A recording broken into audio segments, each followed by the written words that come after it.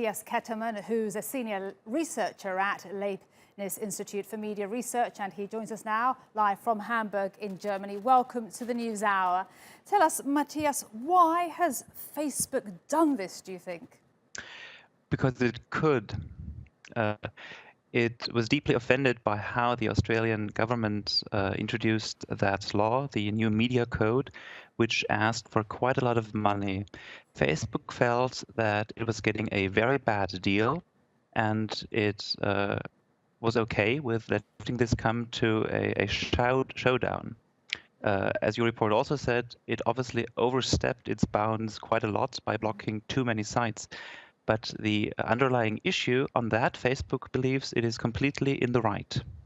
And they, as you say, they believe they're completely in the right. But do you think that Facebook has made a mistake, like we heard the Australian Treasurer saying in that report, Facebook is wrong?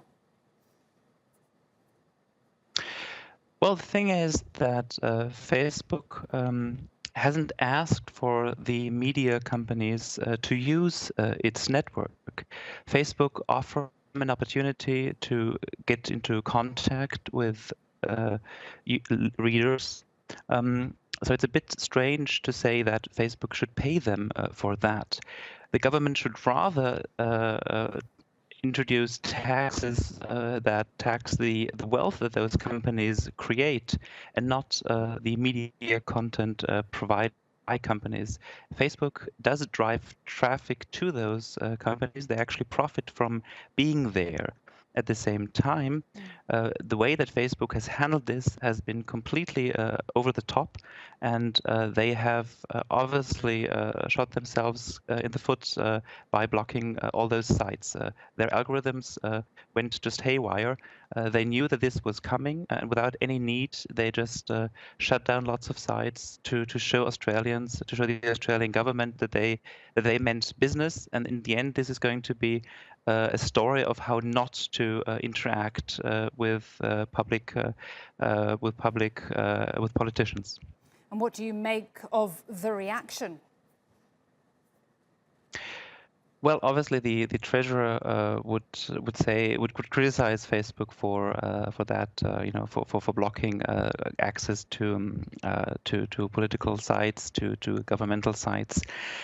However, it is a bit unfair from the government because what they're doing with the media code is to shift money from Facebook and other platforms to the traditional media outlets that are also heavily monopolized in Australia.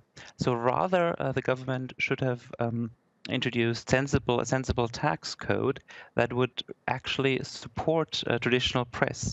This looks a bit like a shakedown, and Google, for instance, has caved to that pressure. They have agreed to pay quite a lot of money for news content. And Matthias, what could this mean for the rest of the world? Because other countries are also considering similar laws. Well, the reactions by Google and Facebook have shown that this kind of approach by governments works rather well for certain kinds of policies.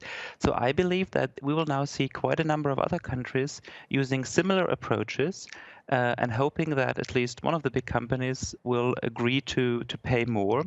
There are a number of suits against Facebook and against Google, both in the US and in front of the European Union's court.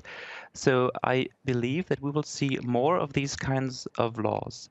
I don't believe that they are a good approach, but as Google has given in and as Facebook has allowed it to come to a confrontation, I believe that we will see more of these kinds of laws. Matthias Kettermann, really great to get your expertise and perspective. Thank you so much.